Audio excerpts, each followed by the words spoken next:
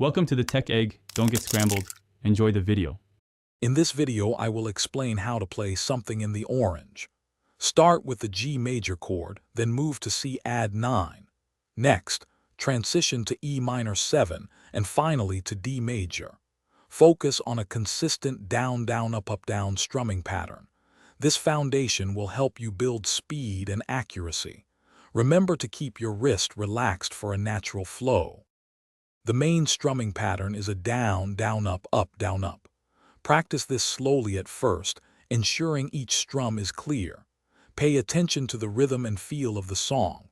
You can add a subtle palm mute on the downstrokes for a more percussive sound, especially during the verses. This adds depth and character to your playing.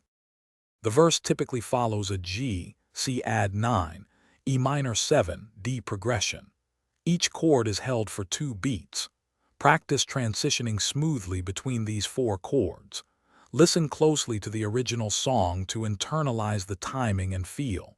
Your goal is to make the chord changes sound effortless and natural, enhancing the song's narrative. The chorus often uses the same 4 chords, G, C add 9, E minor 7, and D, but with a slightly more emphatic strum.